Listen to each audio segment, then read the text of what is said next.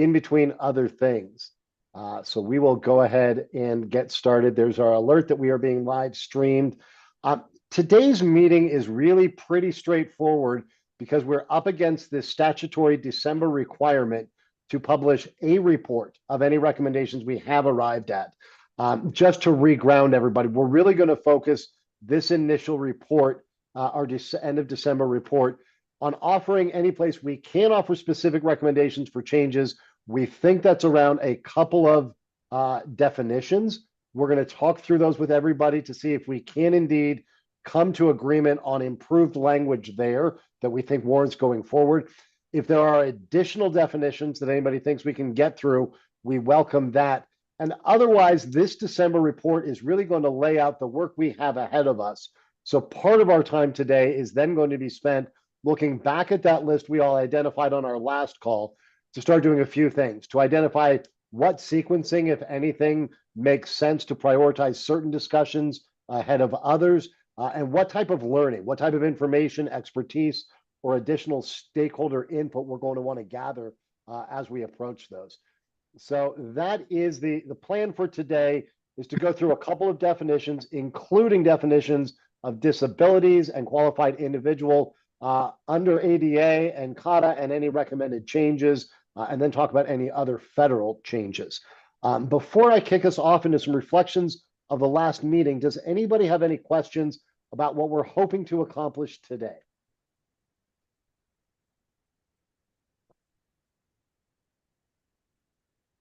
I see there is Lauren joining us. Lauren, we apologize for the multiple Zoom links. This is the last meeting we'll have that outstanding. I was just going over that our goals today are to get through a couple of definitions and to start laying the sequencing, the priorities, and the work we'll have, particularly for the first quarter.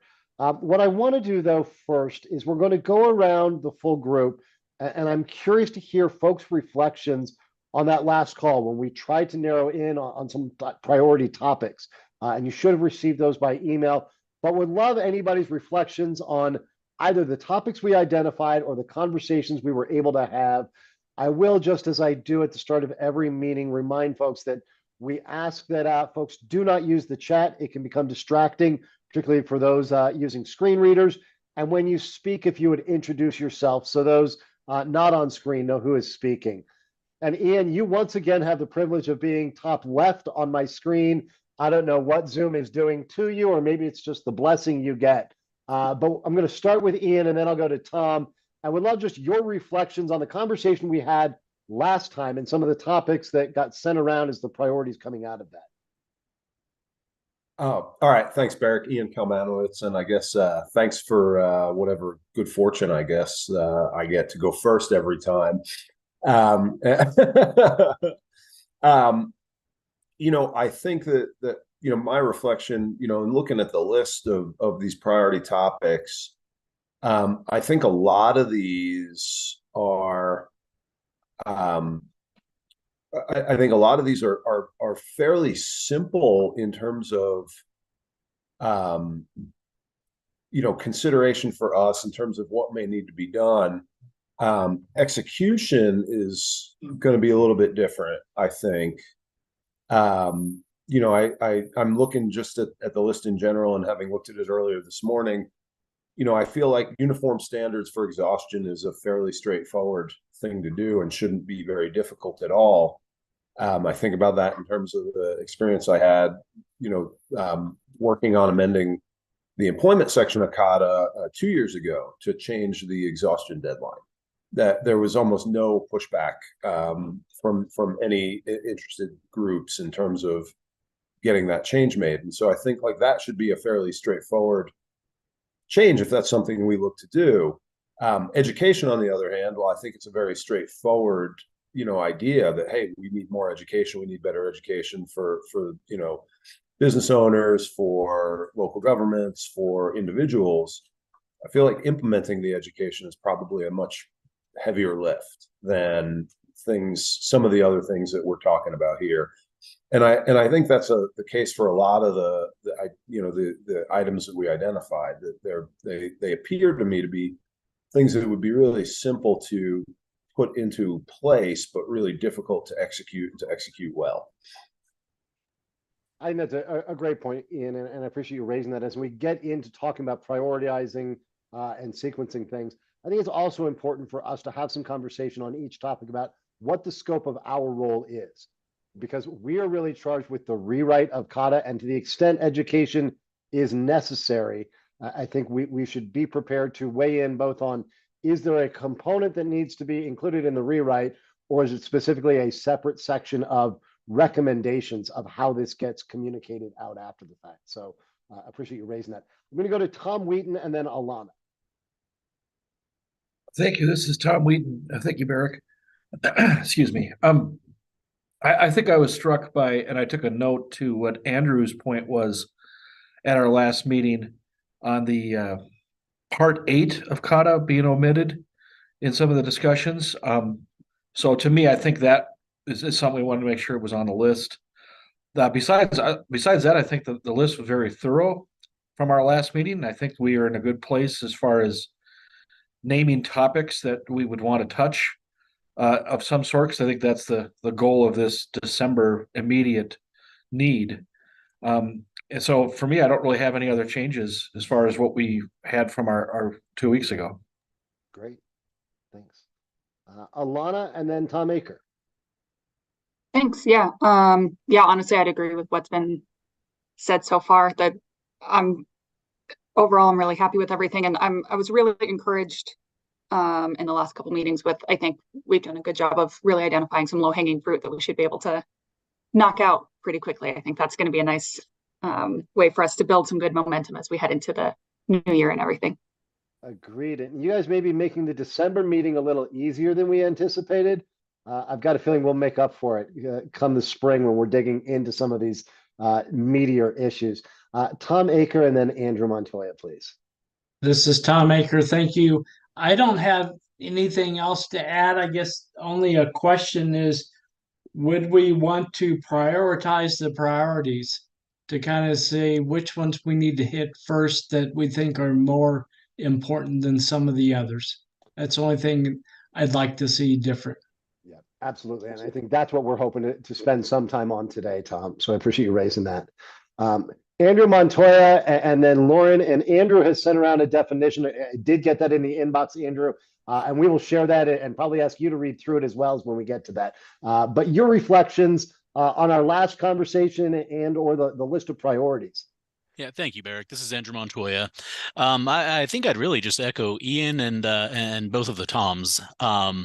Ian, I think you hit the nail on the head when you said we need to get down to focusing on the heavy lifting next, and that's going to be a little more onerous than what we've encountered so far. But I look forward to doing so. And then Tom Wheaton, I agree we need to make sure that Part 8 is included in that. And Tom Aker, I also agree that prioritizing these priorities would be worthwhile. Otherwise, I kind of look forward to doing those things in this meeting and in the future. Thanks. Wonderful. Thank you, Andrew. I'm going to go to Lauren and then Cindy. Hi, friends. I don't have much to add either. I think my takeaway was more, I think what everybody's already driving at, and that's putting some process around this and how we chunk it out and start to discuss.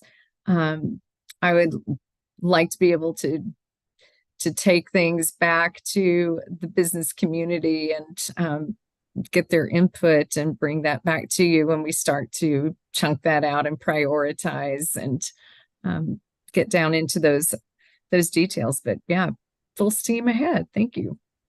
Well, thank you, Lauren. Cindy, your thoughts? Yeah, I just, in terms of looking at the priorities that we have listed, I think some are more geared towards topic and some are more geared towards process.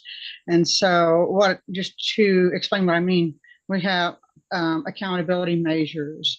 For example, I think that's probably going to be something that we'll have to include as a part of each discussion that we have, because it's going to differ with the topic areas, as well as identifying resources of information that we want to utilize when considering a topic. So, in my mind, I'm thinking process. It's going to make sense to say, our topic this week is X, Y, and Z. We're going to take a look at what information, what litigation to consider, and so forth. But we would then look at the next upcoming topic and have some discussion around what resources do we desire to have for that next meeting. That makes a lot of sense. Thank you. And I do want to recognize, I know we've got a number of staff from the department as well as the Lieutenant Governor's office. They are staying off camera to allow this group to continue to have your conversation, but I know they are very tuned into these conversations, and we check in with them frequently. Before I start reading off or putting on screen and talking through specific definitions, what I want to do is pull up a little bit above that. And I'm going to invite, and I will probably, lean on our lawyers first, but I don't want this to be strictly a lawyer interpretation question. I'd like to have an open conversation about why definitions matter. Why are we having a conversation not just about the provisions in the law of what happens when there is an infraction, but why things like the definition of a person with a disability or a qualified individual or disabilities themselves, why does that matter? And I would love for people to share your perspectives. And I'm going to start this one by not calling on people. I'll let people lean into the conversation unless it's quiet, and then I will, as you folks know. But would love to just get your take in your professional and your lived experience, why these definitions matter, how they play out differently.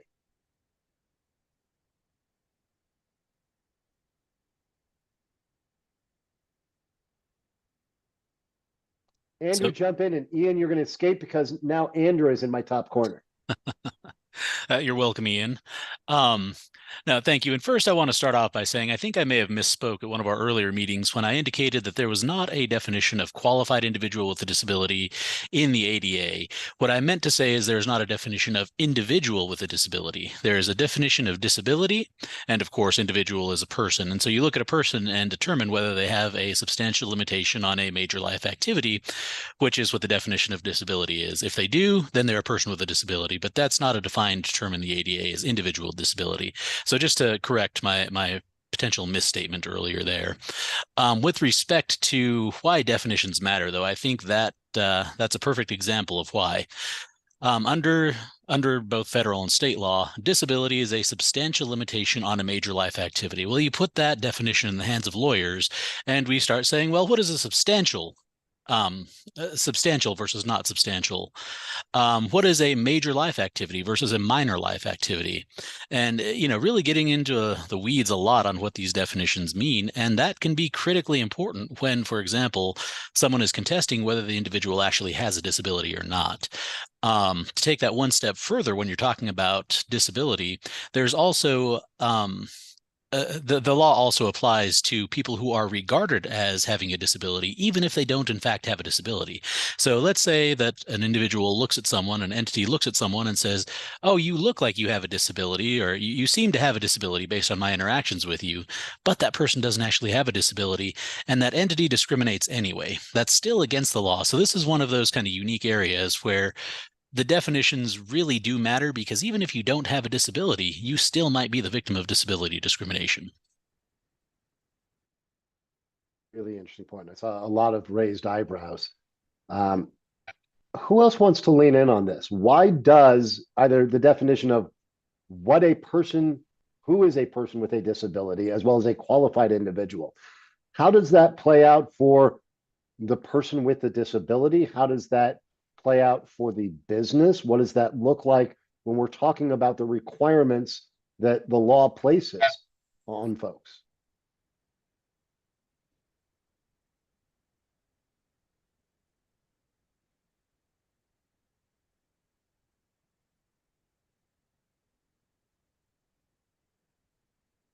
Ian, jump in. Sure. Ian Kalmanowitz.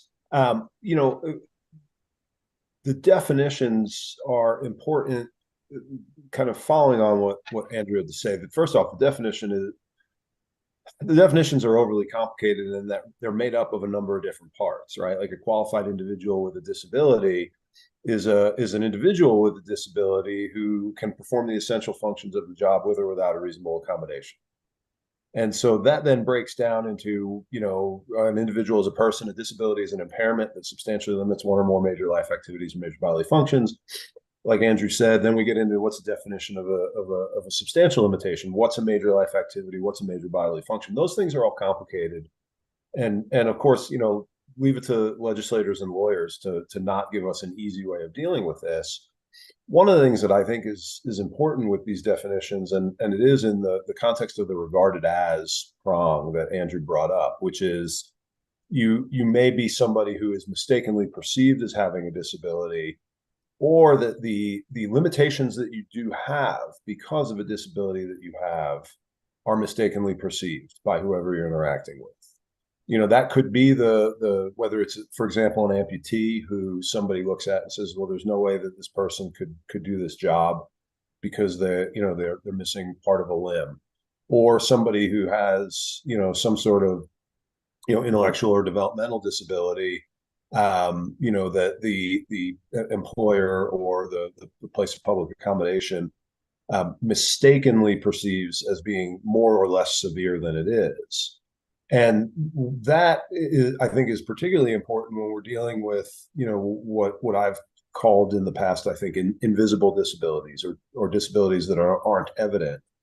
We are able to see if somebody is using a cane or is in a wheelchair or needs some mobility assistance device. It's the disabilities that we don't see, and how, that we don't know how to deal with without these definitions, I guess is where I'm trying to go with this. Is you don't know as an employer or as a business owner what you're contending with when somebody says to you that I have, a migraine headache disorder, for example, and I may need some reasonable accommodations. And that's very different than somebody who's in a wheelchair who can't get access to your facility because there's no ramp. And I think having these definitions and making them clear, even if there are, numerous subparts of the definition that we have to go through in doing this analysis, but making them clear and more easily ascertainable to the public, I think will be a huge help. Who else wants to lean in on this from a very plain language experiential view? And Lauren, I am looking at you because I'm curious from the business community perspective. When we talk about the definitions of these different folks, how might that play out and be relevant for different business owners or leaders? Well, let me thank you. Lauren Schwartz speaking.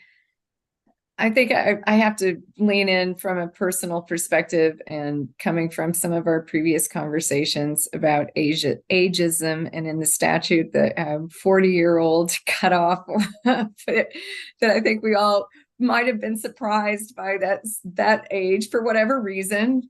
And I've thought about that quite a bit. And I think it is important to have that defined, that if you are over a certain age, whatever that is, you are protected. Just with anything else, it really does help to define for everyone that protection and who does have the right for reasonable accommodation. Well, everyone. I think it just helps clarify what the law is and what people's protections are. Thanks. And I appreciate you letting me put you on the spot there. I'm just trying to make sure we've got multiple perspectives. Cindy, I am going to call you into this as well. I'm curious, Cindy or Tom Wheaton, from a lived experience basis, are there any thoughts you want to offer on why definitions matter when you're navigating systems? So this is Cindy, and I'm just going to clarify. Your question is why definitions matter? Correct. That's my question. Okay. Well, what's going through my mind is, bear in mind, I'm not the attorney here, so I'm having a little bit of a hard time following contextual pieces here. So I'm thinking, well, individuals with a disability easily discerned as having a person with a disability. That sounds great until you look at the situation. And situations very often are what prompt lawsuits, but it really isn't necessarily about whether that person is perceived as having a disability, but maybe people not being aware that the person has a disability, and maybe that person not even being able to communicate that. Case in point is a person with autism. There was a number of issues that came up, I don't know, 5-10 years ago, where law enforcement got in some serious trouble because they would intervene with an individual who had autism, who appeared to be, in their mind, on drugs and was potentially posing a danger, let's say in a park situation, when in fact the person was just kind of in their own world, self-stimming and so forth.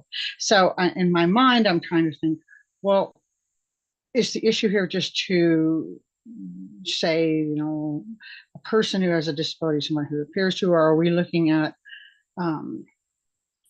it at points at when somebody's qualified? I guess I'm feeling a little bit unsure about the parameters of our discussion. I appreciate that. And I think it's broadly on the table. And before we go into reading definitions, part of the conversation I want to have is how specific do we want to be? And the next thing I'm going to put out on the table right now is what is what are the considerations for aligning our state definitions with ADA definitions? There's been some folks that have raised the idea that that's what we should do. We should simply have definitions that parallel federal. There are others that have suggested that the federal law is sufficiently old enough that we need to revisit it. So Tom Wheaton, I'll invite you to jump in on either question or to take a pass, but would love to start pivoting this conversation both to from why definitions matter to also include what cause or what rationale is there to align or not align our definitions or have them parallel or not federal definitions. Thank you, Barrick. Tom Wheaton here. Well, first off, I think Ian articulated what I was thinking very well regarding the hidden disabilities and how we really need to be careful on defining those so that we can be open and aware of those as part of this overall kind of rewrite. And I can tell you that for over 35 years of wheeling in a manual wheelchair, I have learned that the people usually see the wheelchair before they understand the person in it. Yet it's very obvious disability. And I think of a lot of my friends around the country who suffer from multiple sclerosis or other not so seen, or I guess it's difficult to perceive what that disability is and to what degree. And it's a very difficult situation because most people will feel able-bodied many hours of many days or even a whole month, and yet an exasperation hits them and they're blind or paralyzed of some sort. And so we really have to be careful, but I think very thorough on definitions for them. And then also the intellectual disabilities. There's just too many hidden disabilities out there that I think are covered by the law that we should make as clear as possible in our definitions. As far as lining ourselves up with ADA, my gut feeling is that we should be not so aligning to the nth degree, that we should be really looking closely as to what is relevant today in 2023 and beyond, because again, we're dealing with a 1990 original, comprehensive law that I think was redone in 2010, and there's some floating things out there here and there with some rewrites on that. So I think some of it will be relevant, but I guess I get a sense the vast majority of it probably needs to be cleaner. And the ultimate goal here is how clear can we be and concise at the same time. I think that's our biggest challenge with this rewrite. But I'm hoping we can be as thorough as possible. So the legislature and anybody who's going to be interpreting the law we can do our best to make sure that it's consistent and congruent. But as we know, 10 different people can read an email, the exact same email, and have a completely different understanding as to what if there was a sarcastic email or something of good fruit, something that was encouraging or disrespectful. We always run into that issue. So those are my thoughts. And so I'm hearing throughout this group a few themes that one, maybe the ADA is not our North Star. It's a starting point to build something better, and Colorado has the chance to lead here. I'm hearing particularly about clarity and specificity around both visible and hidden or invisible disabilities. Does anybody want to make the case before I start reading definitions that, hey, let's just stick with the ADA definitions? Is there any, Andrew, jump in. Yeah, so I think I would provide some pushback to that effect, at least with respect to the definition of disability. As Tom mentioned, the ADA was amended. Specifically, the definition of disability was amended in 2008 or 2009 to not only modernize it, but to reject a couple of Supreme Court cases that had really narrowed the scope of it. The amendment explicitly rejected those cases. So the definition of disability that we're working with is pretty new. Not to mention the way that it is set out and structured, and frankly has been vetted by multiple experts in the field in terms of the Department of Justice standards and the commentary accompanying those standards. I think it's pretty thorough. I think it's pretty good, and I would be hesitant to depart too far from that. Again, at least with respect to the definition of disability. What I would like to see done is to see that definition, including all of that commentary and standards put out by the DOJ, incorporated into Colorado law to the extent that that federal law can potentially go away. Understood. And I think you flagged something important for everybody to keep in mind, that simply mirroring something or referencing it, if it goes away, we find ourselves in a different situation.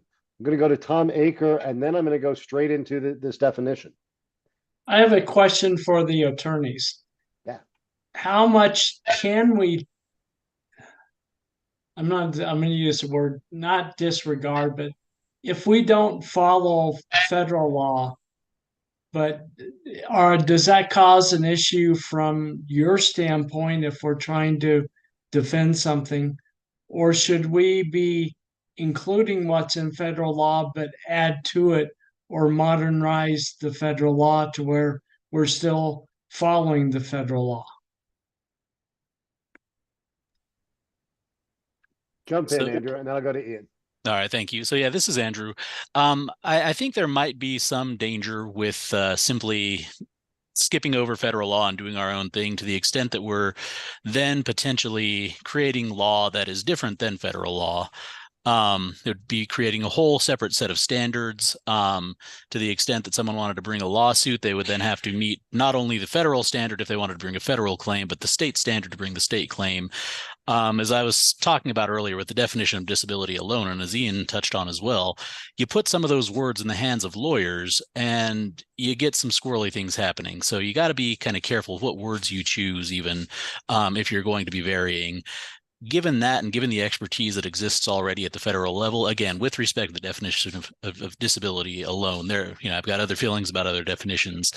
But with respect to the definition of disability, I think we would be best served avoiding that potential pitfall and simply incorporating that and then specifying further things for Colorado. The ADA allows for states and localities to provide greater protections than the ADA provides, but not to provide lesser protections. So, to the extent that we can do that, I think that would be terrific. But there is a potential pitfall with kind of scrapping it and starting anew. Yeah, this is Ian Calmanowitz. The last point that Andrew raised was the point that I would have raised initially, which is we can provide more protection. We can provide greater protection than what the ADA provides. If we do something that provides less protection, then this has been a fruitless effort, because if we provide less protection, then the ADA will still apply to provide greater protection for everyone. I also agree with what Andrew had to say with respect to the definition of disability. Um, there is a lot of good in that definition as it was rewritten in 2008 when the ADA was amended, as well as in the regulations, which come from like the guidance from the Department of Justice or the EEOC. All of those individual terms that we see in the definition in terms of like, what is a disability? What is a major life activity? What is a physical impairment? What is a substantial limitation? Those are all defined in the regulations, and a lot of those definitions are good. There is, I would say, play in the joints where we could maybe find things that we would want to fine tune to maybe make it better. But I would hesitate to try and change the definition of disability. I think the focus ought to be more on, as broad, and let me back up. The 2008 amendments were intended to provide for as broad a definition of disability as possible in response to some bad Supreme Court case law and other Circuit Court of Appeals case law that really limited the scope of a disability. And I think as long as we maintain that recognition that we want to provide as broad a definition of disability as possible, the areas where I see the more of the fine tuning happening would be in the access for public accommodation and for housing, the reasonable accommodations for employment. Those are the areas where I think that we can do the most good without running too far away from the guidance that already exists at the federal level. Understood. And I'm going to respond to that and the difference between what we need to do now and the spring. But Cindy, I see your hand up. Your thoughts? I just wanted to comment, just going back to why we originally said we wanted to take a look at the definition and specify for Colorado is without a specific definition, it's very unclear when you read the law. Then you have to go reference, federal law and so forth. We had that discussion, but also wanting to make sure that we make our law meet that plain language requirement. So I'm thinking that even as we review current ADA language and so forth, we need to keep in mind that we want to make sure that our law is plain, as plain as we can make it. So that opens the door for me to pick on our lawyers again a little bit. And I'm sorry, guys, but I appreciate you. Let's talk about plain language. And not everybody here is a lawyer or deals either as a plaintiff or a defendant in these cases, litigating them. We're throwing around the fact that we have different definitions for a person with a disability or what a disability is. We have the US Code definition of a qualified individual with a disability. In plain language, taking all of your lawyer skills off for a minute, what is the difference in these definitions as people are thinking about this? Why do we need a definition of a person with a disability or what a disability is? What does it mean to be a qualified individual? Boil that down to plain language for this group. Who wants to be my legal professor? Ian, you're coming up. I'll start. This is Ian Kamanowitz. The difference between a person with a disability and a qualified individual with a disability goes to the protection of the law. So you could be an individual or a person with a disability, and in the context of the employment, or let's use employment for this discussion, because that's where qualified individual with disability comes up, I think, more frequently. The qualified individual with a disability is a person with a disability who can perform the essential functions of the job they hold or desire with or without a reasonable accommodation. So we moved past just having a disability to having a disability that you could be accommodated in order for you to get the job or keep the job. And we can. I mean, one of the things we do is use hypotheticals as an example. You want me to be the law professor. We can come up with scenarios where somebody who is a quadriplegic probably couldn't be a patrol officer for a sheriff's department. I don't know what reasonable accommodations could be provided that would allow somebody, who has no independent movement below the neck to be able to make a forcible arrest, for example.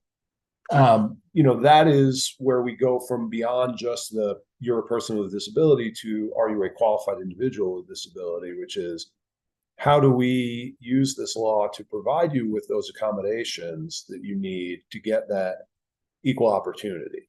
And so that's why we have to have the distinction between the two. I think where we don't want to get lost is in having that distinction become onerous, such that we spend too much time focusing on the disability and not enough time focusing on the potential for accommodations. And that's where the changes to the ADA from 2008 were focused.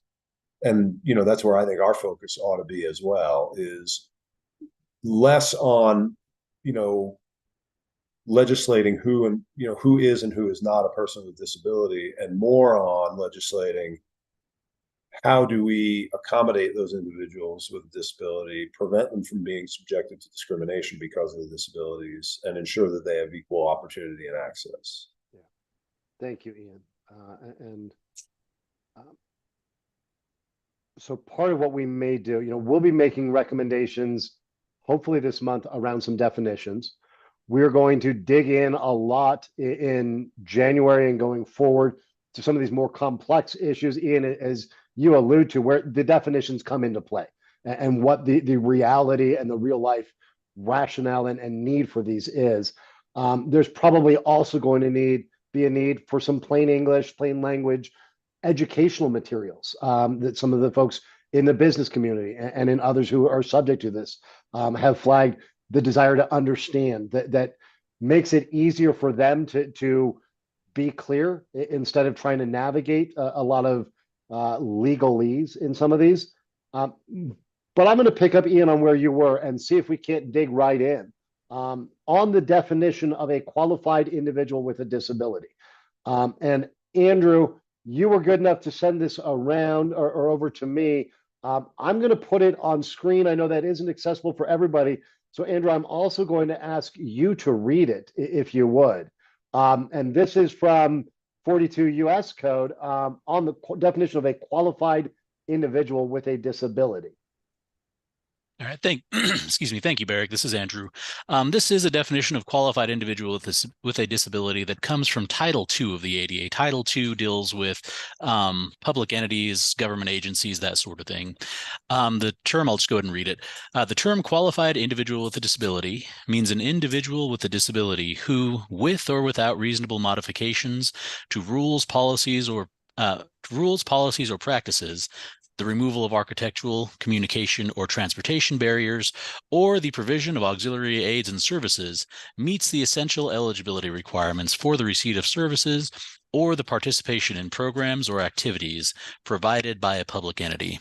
So to kind of short shrift that, essentially what that comes down to is, I'll just use an example. Actually, this is an example I've used before. Let's say you're talking about a prison education program that's open and available to anyone in the prison. If you're not in prison, then you're not qualified to attend that educational program. So, like Ian said, it does add another layer on top of individual disability, but in some situations it is necessary. I couldn't imagine someone filing suit against a jail for not letting someone not in jail into their educational program, but we do need those words for a reason. I think it's a bigger deal in the education setting, though. But I think all of those words, qualified and disability, individual, I think is pretty straightforward, but qualified and disability have a lot packed in there, and I'm not sure that that we would be best served trying to simplify that too much. I mean, I know plain language is definitely something that we want to do, but I'm not sure that the definition section is the place to do that, because again, you're going to have lawyers on both sides who, no matter what we say, how much we try and simplify it, are going to overly complicate it throughout the course of litigation. Thank you, Andrew. And then the ADA does define a qualified individual as a person with a disability who is able to perform the essential functions of the job with or without a reasonable accommodation. So when we look at these different pieces, and then in Colorado, we give it the same meaning as federal code. So what I'd like to put on the table and just open up discussion if we are to recommend a specific definition be incorporated into Colorado revised statutes instead of just referencing that federal, what, if any, changes to what exists would you like to see in that? Or is it simply a mirroring of the federal code definition? Alana. Thanks. Yeah, this is Alana. To me, I guess for the simplifying piece, sometimes simplifying means using smaller words or words that more people are familiar with, things like that. And sometimes simplifying means phrasing things in a way that's going to minimize future argument, right? And the definition we just read, the kind of two main pieces I can hear in the back of my mind, people going, well, and then trying to pick at it or explain why someone doesn't qualify, whatever, is the reasonable accommodation piece of trying to argue what is or is not reasonable accommodation. And then the other piece is the qualified individual with a disability. And it seems like a potentially easy way to remove future argument. And this might be ridiculous, but just remove the with a disability piece and just have qualified individuals in general. If it's open to everybody, that theoretically that means nobody is then being excluded, and it would also hopefully make it so that people who have invisible disabilities, maybe things they're not comfortable talking about or opening up. If you are a remote worker, maybe it doesn't matter.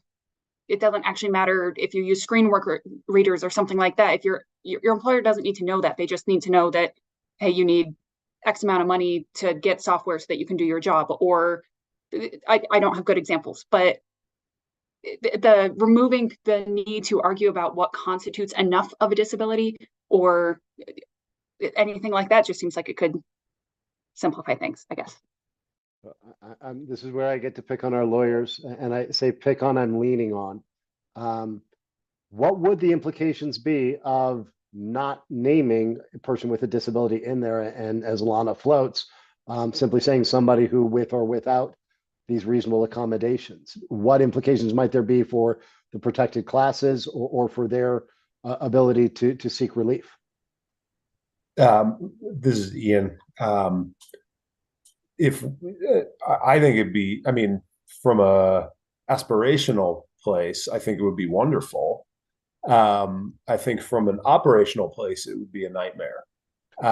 Because what you would then do is mandate under the law that employers have to provide reasonable accommodations to all employees, regardless of whether they have a disability that would enable or allow them to have an accommodation. That would be, I mean, that's great for a lot of different perspectives, right? You may be a parent of young children who needs to have a flexible work schedule to get your kids to and from daycare and to and from school. And you then would request that reasonable accommodation from your employer.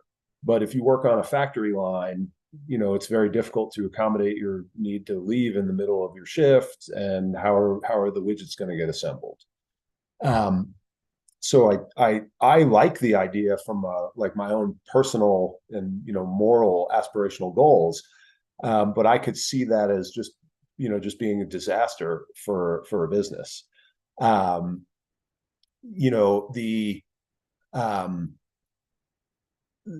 think that as well, I think the focus, my perspective is that the focus should be mostly on how we accommodate the individuals so that they can do their jobs, rather on quibbling about the disability, for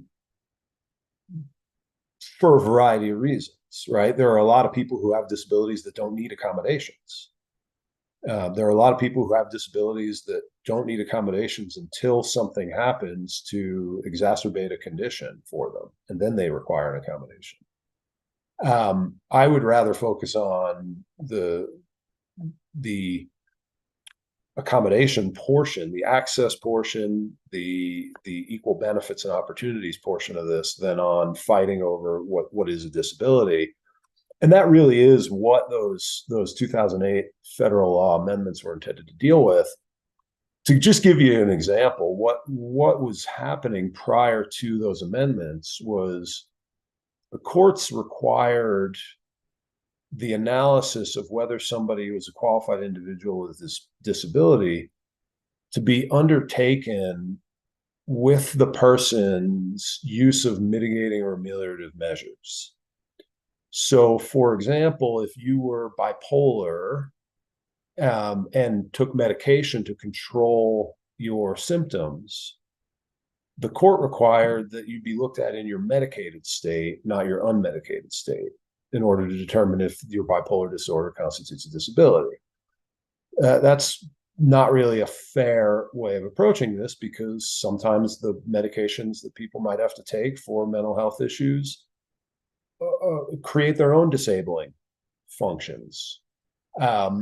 We shouldn't be looking at whether somebody, Tom Wheaton brought up MS earlier. We shouldn't look at somebody who has recurring remitting MS in their, on their best day, right? We should be able to look at them and say, we know that MS is a disability, that on the worst day, this person, they might not be able to see, they might not be able to walk, they might not be able to get out of bed. And, we should be looking at the person, in that state, as opposed to somebody who can take a regimen of drugs or use, some other assistive devices that will make it easier for them to function at a level equivalent to somebody without a disability. We ought to look at not what the person has to overcome, but the challenges that they face to get there. And I feel like focusing less on that and focusing more on, okay, the person has, either they have an impairment or they have a record of an impairment. What sort of accommodation can we provide such that they'll be able to do the job or enjoy the program or access the public facility? I've got open in front of me, and I don't know the best way to share this, but like the EEOC's regulations on this, I think are helpful, maybe helpful for everybody to look at, because they have definitions of all of these individualized terms that we're talking about, like what an impairment is, what a major life activity is, what substantially limits means. And, these are the sorts of things I think that might be helpful for everybody to look at, as we move forward with this, because, a lot of this stuff might not make sense. Talking about how do we change, for example, what is a reasonable accommodation without looking at the definitions of what a reasonable accommodation might be. I don't know that we're all operating from that same place in terms of how to potentially change these definitions if they need to be changed at all. So, Ian, you kind of pivoted us just where I wanted to open the conversation. So thank you. Appreciate that. I think you make a really compelling case about what's more important is what happens than how we're describing up front. What do we want to do about reasonable accommodations? And I'm going to invite the whole group to come into this conversation. Should we be doing more in Colorado statutes to define what is expected by reasonable accommodations? Do we want the term reasonable to be what's interpreted by 5,000 lawyers and a couple hundred judges? Do we want to become prescriptive in that? And is there a risk of becoming so long that it's viewed as exhaustive and then what's left off is viewed as intentionally excluded? What are folks' thoughts on how we should approach defining, if we should, reasonable accommodation? Is it about what measure somebody can take without unreasonable cost? Who defines what's reasonable cost? So I'm curious how this group thinks about, let's first talk plain English. Let's talk plain language. What is a reasonable accommodation to everybody on this group?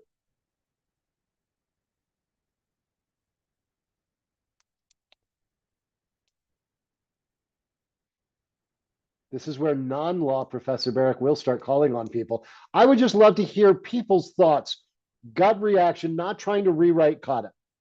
you're talking to somebody and say, I expect them to make a reasonable accommodation for my condition, whether that is for an office job, whether that's to access an airplane, whether that's for something else. What to you, how do you think of what should be a reasonable accommodation?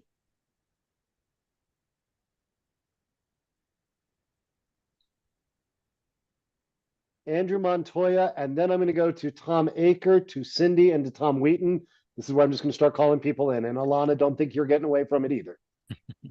All right, thank you. This is Andrew Montoya.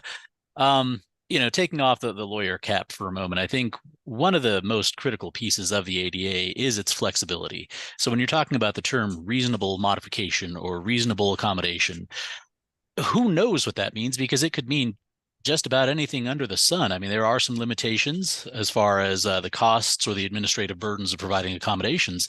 But just like there are 1,000 different disabilities, each of which has its own potential expressions at any given time, depending on the weather, the time of day, etc., what you may need may vary significantly from one day to another, from one moment to another. So the flexibility in that definition is one of the things that I think is great about the ADA.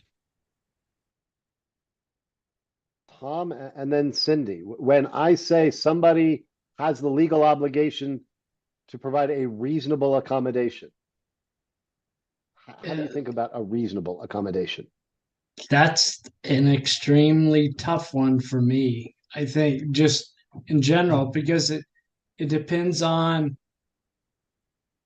the way I'm looking at it on what can you afford to make the change, or what can you do that does actually accomplish a reasonable accommodation for the most people?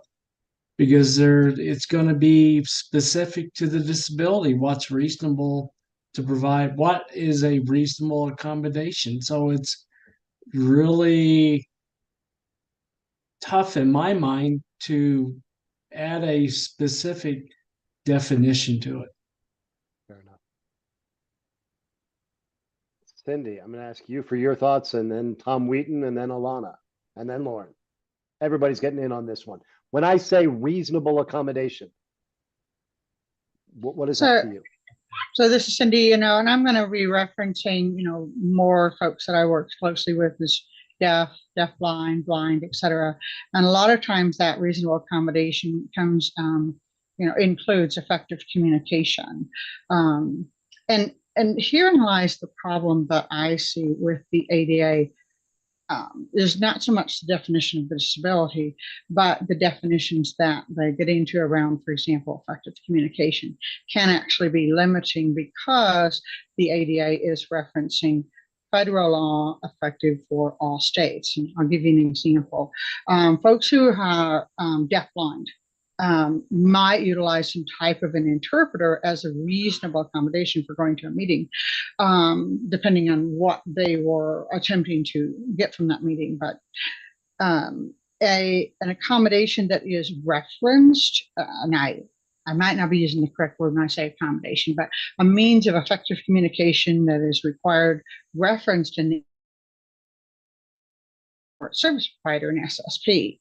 Now, the ADA gives some specific information about circumstances under which an SSP could be very beneficial. An SSP is someone who is trained to give environmental, visual, audio information to an individual who is deafblind, for example.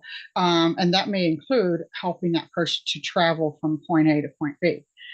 But because the ADA does not mention this as a requirement, very often a person who's deafblind, for example, in the state of Colorado, may run into situations where they're told, well, your request for an SSP is not an accommodation covered under ADA because it's not specifically stated as a requirement. And I think that's where I'm having a little bit of a problem here, because I think that when it comes to definitions of the types of accommodations, the types of ways in which a person might help make the playing field even is a little bit more defined under the ADA. It may not be relevant to the state And case in point, the reason it is not required under the ADA for SSPs is there's only 22 states that have SSPs out of 50 some odd. So that's my concern. I appreciate this, and I'm going to still continue to go around the horn and pull people in. I also, this meeting, I came into it with the simplistic idea of, hey, let's figure out what our definition is of a qualified individual and maybe a person with disability. I want to check my understanding of what I'm hearing, because what I'm gathering, if I'm correct, is maybe the real work is around two areas. What are the implications, whether it's for housing law or different housing and public access, and that our real work needs to be further in the weeds in the smaller definitions of specific things around communications. I'm not hearing, but I want you to push back and tell me if I'm wrong. I'm not hearing a burning need or desire to really change the definition on qualified individual with a disability if we're going to fully and faithfully incorporate the updated federal definition. But if I can pull everybody up to those two ones that we were starting to look at, of an individual with a disability, which I first heard that's less of a concern than is a qualified individual with a disability. And then as we talked about qualified individual, what I heard was it's more about the reasonable accommodations. And again, I'm going to ask you to push back on me if I'm hearing wrong or summarizing wrong. But then what I heard was reasonable accommodations actually is not problematic. It's more the micro definitions under it of what things like effective communications are. So let me pull it back up to that top level. And I would love for somebody to tell me at the CADA level, do we need to fundamentally rewrite or tweak the definition of a person with a disability or of qualified individual with a disability? Does anybody want to make the case that either of those definitions need to be changed other than fully incorporating the federal definition? Andrew, jump in, please.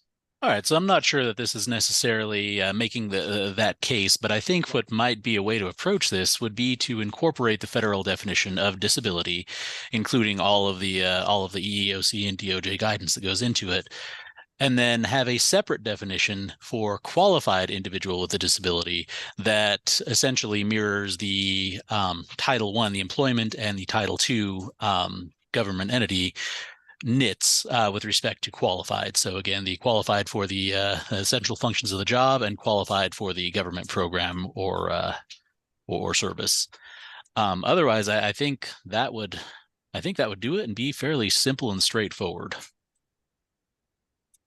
I don't think my friends at the legislature are used to hearing the word simple and straightforward when we bring them recommendations. So that would be a welcome thing that we just keep their feet to the fire. Ian, I see you coming off mute. Your thoughts on both the question of the definitions and Andrew's proffered idea? Thanks, Barrick. Ian Kalmanowitz. I agree with Andrew. Where I think from my perspective, where the work could be done, like, so a qualified individual with a disability, I think leaving that same definition, right? A qualified individual with a disability is is an individual with an impairment that can perform the essential functions of the job with or without a reasonable accommodation, right? I don't think we need to change the definition of impairment or disability. I think where I would like to see us, perhaps make this more robust is in terms of addressing reasonable accommodation and essential functions. And, those are areas where I think we could perhaps incorporate the existing, federal regulatory guidance, or if we so chose, maybe go a little bit further. With respect to further, Ian, where is the further that you think we might want to consider going for this group to react to? So, I like in the ADA, reasonable accommodation is defined, and then some examples are given. My preference is to not include the examples, because the examples, like you mentioned earlier, can become limiting factors as opposed to, just a list of potential options. The key, I think, for any reasonable accommodation is the individualized assessment that needs to be done because like Andrew said, there could be 5,000 different disabilities, and each one can vary in terms of the limitations it causes based on the time of day or the weather. And I think that recognizing that there is not a one size fits all approach to a reasonable accommodation, with an employer saying, well, we have somebody else works here who has, who also has, MS, and this is the accommodations we've given her, so we'll give you the same accommodations. That, everybody's different and how they're impacted is different. And I think that focusing more on what's required of that individualized assessment, that interactive process between, the employer and the employee, or in the context of the government and the recipient of benefits, the government and the individual, focusing more on that individualized assessment and what are the things that we actually can do, instead of having this be something that gets dictated, which we see a lot of. I particularly see a lot of in the employment context. Employees are entitled to a reasonable accommodation. They're not entitled to their preferred or chosen accommodation. And, I understand the rationale behind why that's fair, but I also have seen cases where the employer will say, well, what we'll do to accommodate you is to cut your hours from 40 a week to 8 a week. And that doesn't accommodate anything except your inability to pay your rent. And so I think focusing on those aspects of it, the same thing goes with the essential functions of the job. In terms of the employment context, employer gets great degree of deference in determining what the essential functions of the job are. And where that leads to issues that we see in litigation is the employer claims that everything is an essential function of the job. And, using attendance in office as an example, prior to COVID, if I had a client who, had a gastrointestinal disorder that required the ability to go to the bathroom as needed, work from home might have been a requested reasonable accommodation, but it would be denied because attendance in the office was an essential function. Once COVID happened and everybody was able to work from home and participate in Zoom meetings like this, we really got to see that being in the office may not be an essential function. But we are still seeing that now in this sort of post-COVID world where, people may have that same request, but no, even though you worked remotely for the last 3 years, you have to be in the office as an essential function.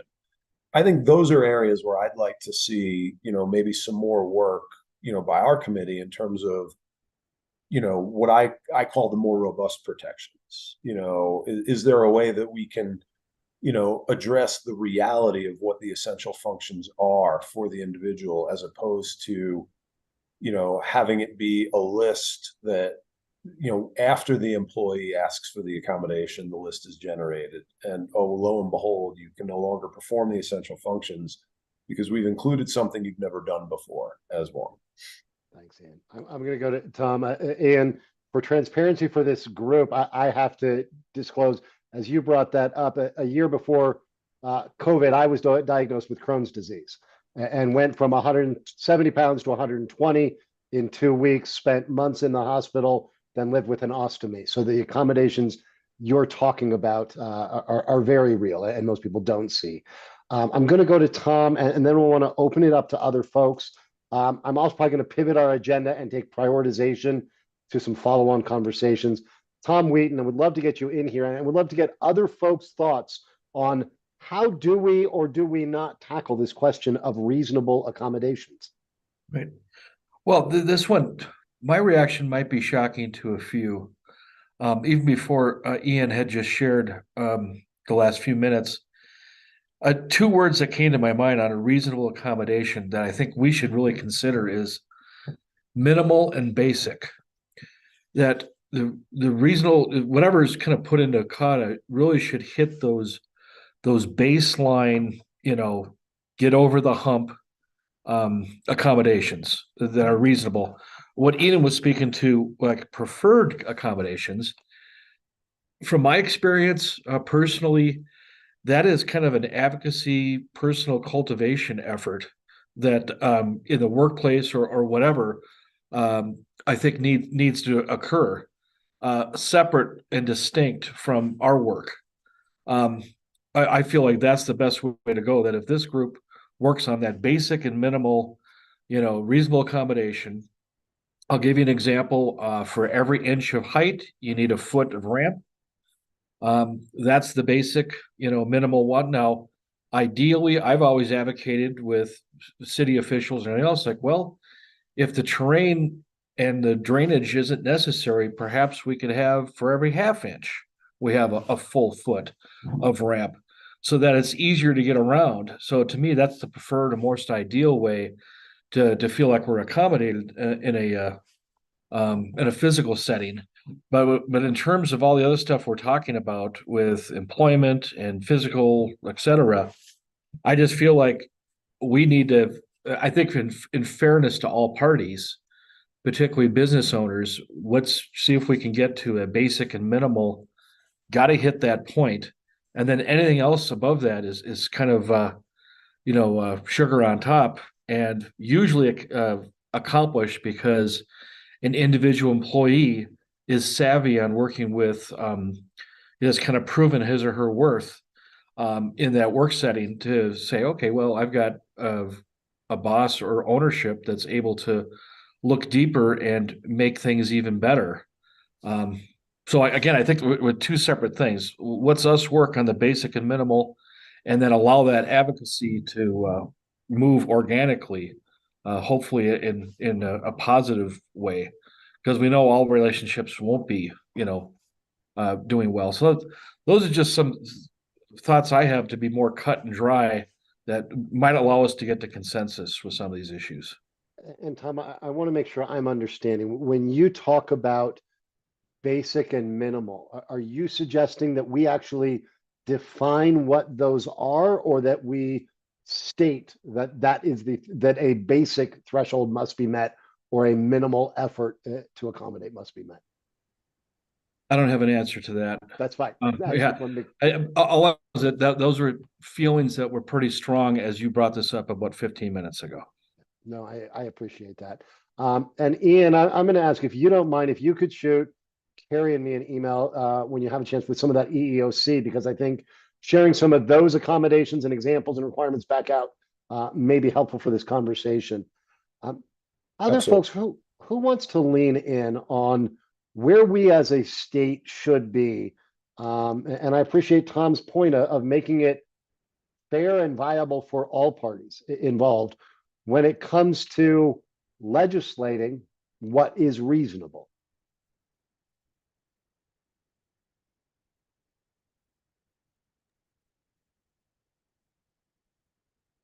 Alana here. So a big part of how I'm kind of approaching this is thinking of corporate office life, just because that's where my experience is. And for all of the jobs I've had over my career, they've all involved a lot of travel and a lot of FaceTime with the client.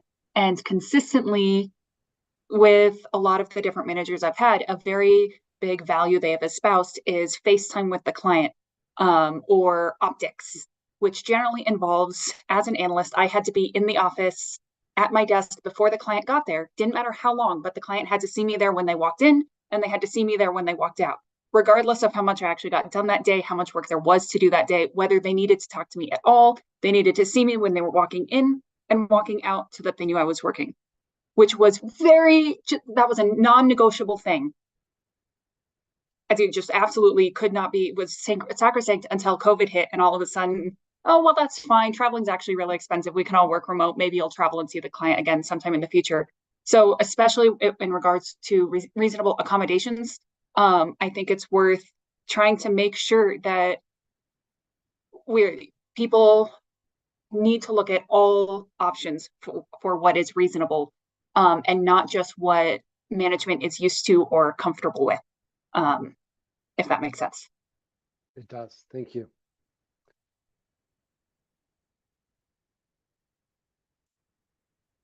Other thoughts? And I'm going to throw out there the reasonable accommodations versus all reasonable accommodations. Is there a legal nuance or difference, or do we simply want to stay in line with the ADA?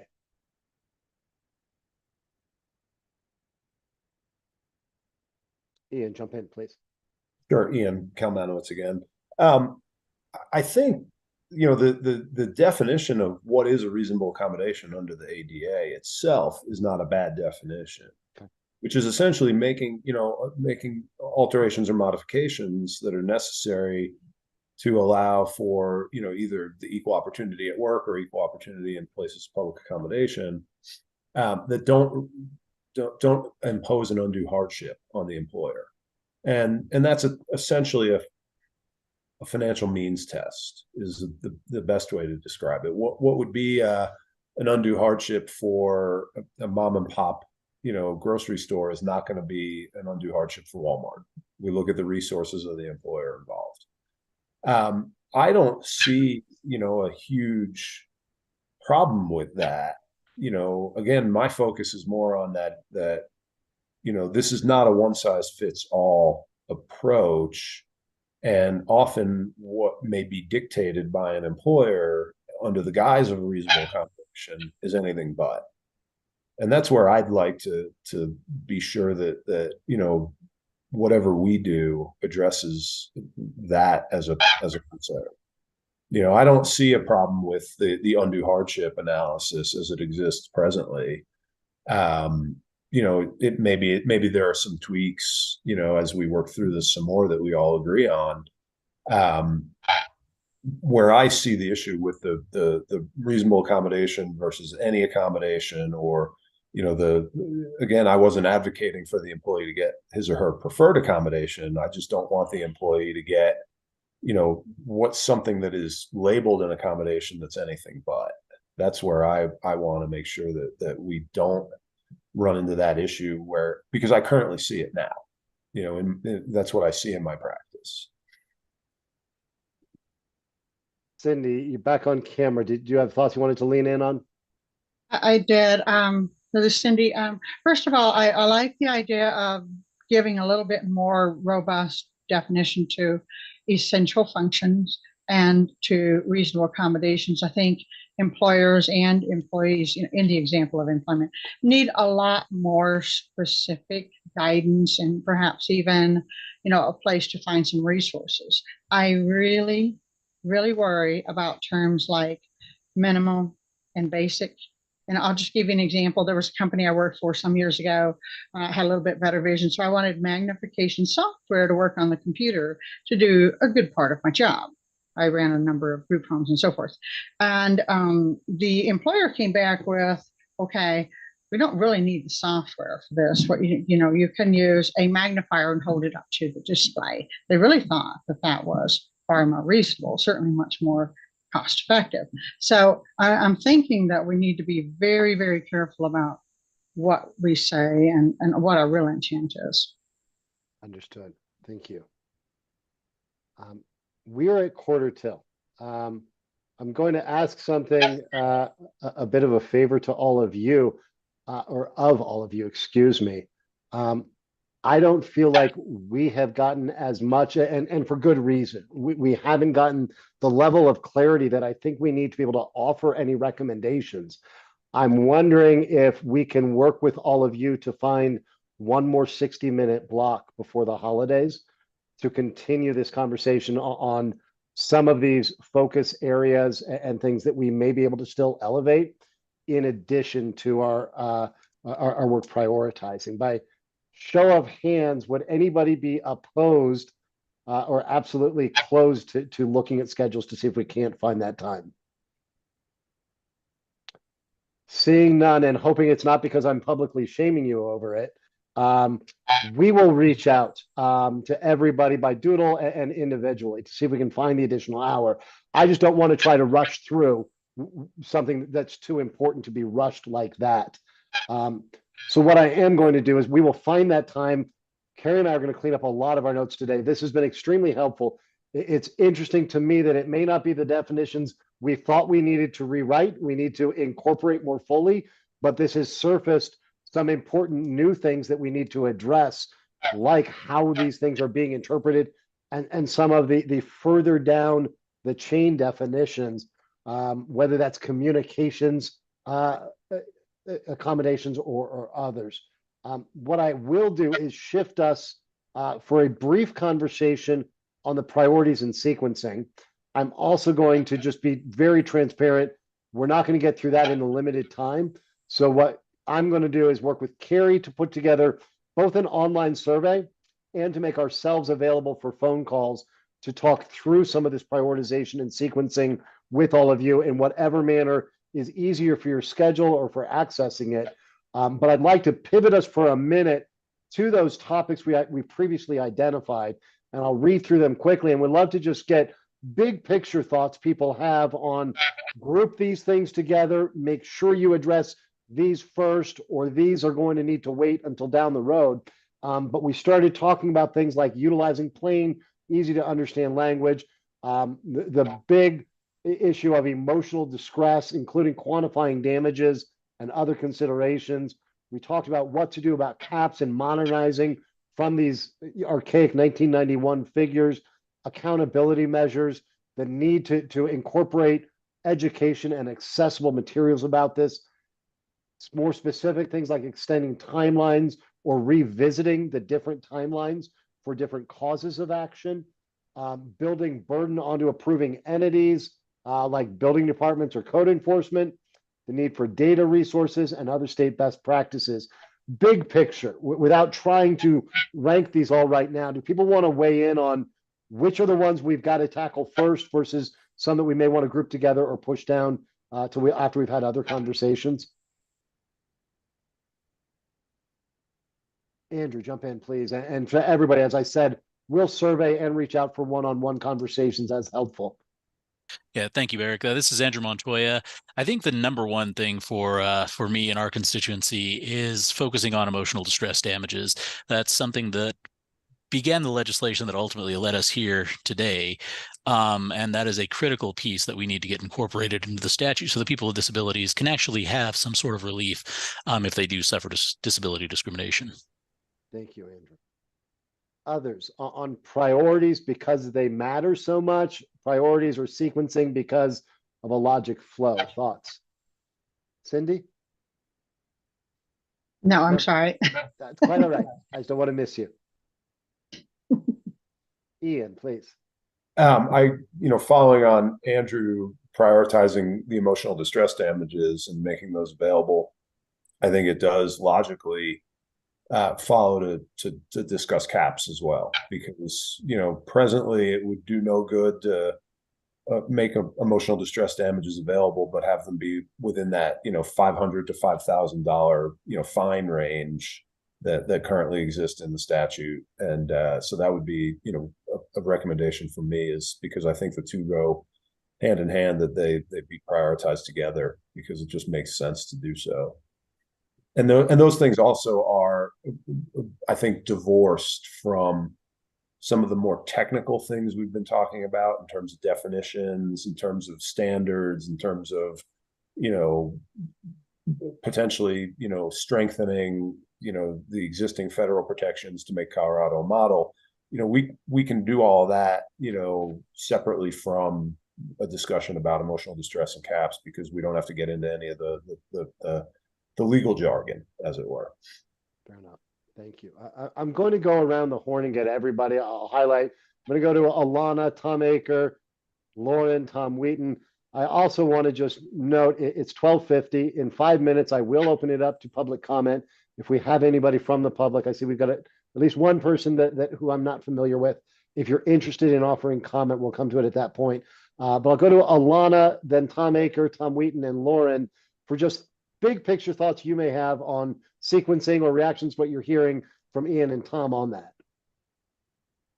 Yeah, this is Alana. I think sequencing wise, I think having simple language is really, really important, but I'm increasingly thinking that's something we should save kind of to the end to make sure that we're all in agreement. We know what we want and how we want to do everything first.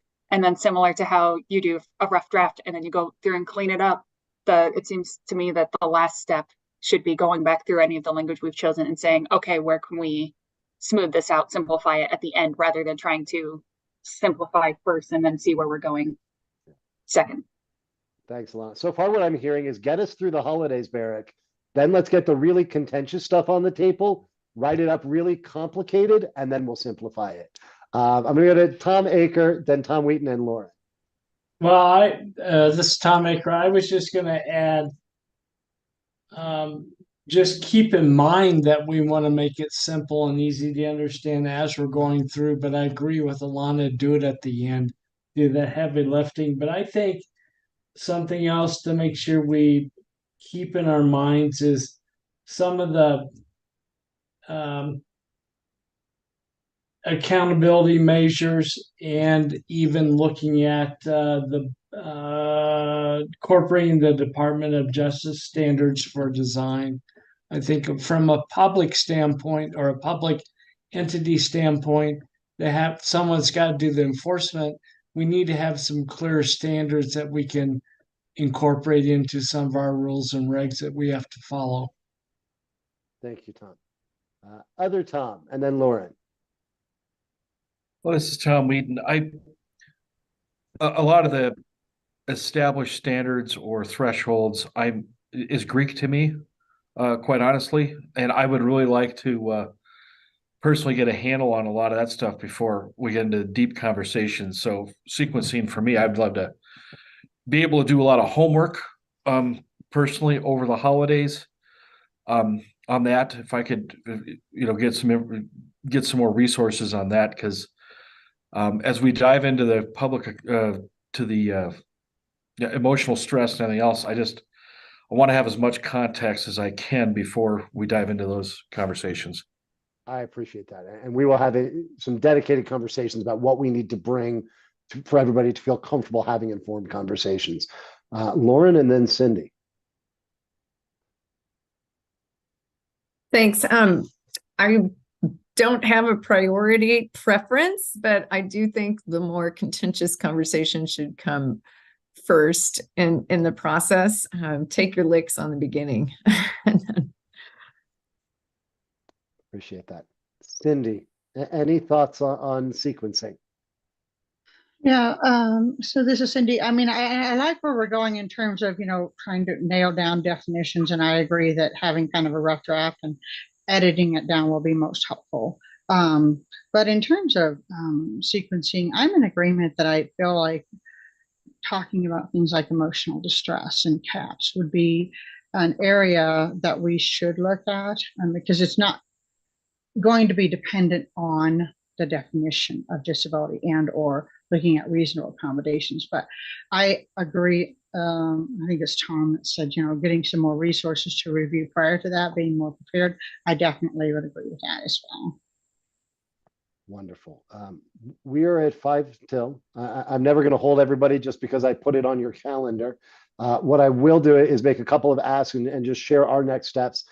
This quick sequencing conversation was incredibly helpful. I think what Carrie and I will do is put together a proposed arc of conversations and sequencing to share out with everyone, and look to get individual reactions or responses to that. We're happy to jump on the phone or take that reaction by email. But hopefully we don't need a really involved conversation. We're also going to follow up I appreciate you being willing to give us some more time so we can get some of this right for a December report.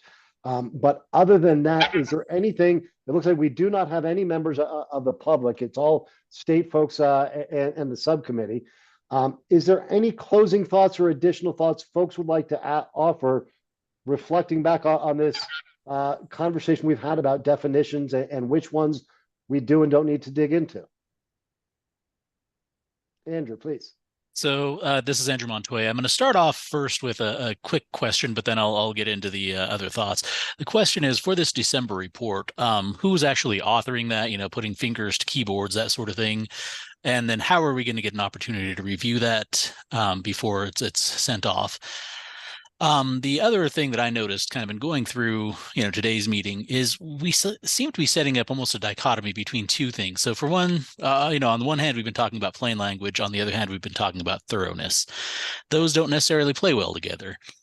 We've been talking about qualified individual with a disability versus individual with a disability. Well, under Title III, which deals with places of public accommodation, there are no qualifications. So qualified has no place when you're talking about just going into a business, something like that. We've been talking about perhaps having some an idea at least of some prescribed sorts of reasonable accommodations or modifications, but at the same time not wanting to create a list that would then be viewed as narrowing, but also recognizing that when you don't have some things listed, as Cindy mentioned, the specific type of interpreter listed, then oftentimes, entities end up not providing that. And then, of course, I've heard some discussion about, preferred accommodations versus reasonable accommodations. And I mean, not to throw a wrench into things, but also under Title II, there is the primary consideration obligation when it comes to effective communication, that you've got to give primary consideration to the type of interpreter or other auxiliary aid or service that the individual has requested. So, I mean, there seem to be kind of two sides of the coin. And so far, I think we may have recognized there is another side of the coin in some of today's discussion, but we haven't actually gotten to that other side of the coin, let alone figured how they mesh together. I think that's exactly right, Andrew. And largely, that's why I think we need another conversation. To your question about the report, and report as we go forward may be becoming too ambitious of a term. It may be turning more into an essay or a long memo. I'm committed to including in that whatever specific recommendations this group with consensus is prepared to recommend to the full task force for them to share. In terms of who's going to be putting fingers on keyboards, I will be putting the first fingers on keyboards, but I want to lean very heavily on this group to make that a collaborative process. If anyone has any, whether it is full-blown definition drafts or language about them or specific clauses and language you'd like to see in them, please send them to Carrie and me, and we want to incorporate that. So I don't think of myself as the report author, rather more as your scribe in capturing this group's best thinking. To the extent we can pull something together based on your input and our notes from today, we'll bring something to all of you in advance of the next meeting. But I would welcome anything that anybody wants to send our way. I have a question about that then, and it's a process question. So if we're all giving you input and you're putting this into a recommendation, what if the input we're giving you is contrarian to one another? And speaking for myself, I mean, you all have asked for input from the business community and from chambers and trade associations, and our chamber is more than willing to give feedback to this organization. In fact, we have an entire alliance of business representatives who would gladly weigh in. And I prefer to take some drafts that come from our group back to that group, or bring that group to you for some feedback, rather than having me interpret a number of different companies. And I'm going to take, I'm sorry. Oh, well, no, that's all I had to say. I'd like to understand that process of what that recommendation is going to look like. Because I heard the word recommendation, and I don't know if I would feel comfortable saying, yeah, I'm going to put my stamp of approval. I'd like to go back to the businesses as a whole that I represent and ask them, like, look at this recommendation. Do you agree or not? Yeah. I can't speak for the greater group, and wouldn't want to. As you've seen, as all of you have clearly seen, I'm not the most qualified person probably to weigh in. So. That's nonsense. We appreciate your involvement and your perspective. Let me be very clear. One, I'm going to take you up on those opportunities to engage chamber members. We are not going to rush anything. And I probably overspoke or prematurely spoke when I started using words like recommendations to the legislature. We will not put anything forward until this group is comfortable advancing it to the task force. And I can't say with any certainty what the task force will or won't do. Our obligation is a report this December. If that report has specific recommendations, change this definition, take this action, great. If that report simply says, we are working on these definitions, which we find to be critical, and we need to continue to socialize these with stakeholders, and we need to continue to work on them as a subcommittee. I am equally comfortable drafting that report. We will not put something forward that is rushed or doesn't have this group support. You do bring up an important question that we haven't addressed, that I will on our next call, is how we're going to approach dissenting opinions on any recommendations. I would love to find unanimity on everything. I've also been doing this long enough to not hold my breath waiting for that in all cases. So part of what we may discuss is, what is the threshold to advance a group recommendation, and in what situations do we include a dissenting, a minority opinion, or simply other considerations of that, what's in that report. But I want to be very clear, there is nothing binding us, nor am I going to rush us to say that the legislature should do something until you all are comfortable with it. That said, I've gone 2 minutes past. I greatly appreciate your time and your thinking, and you're letting us let this conversation go where it needs to go instead of prescriptively trying to accomplish something sooner than we could.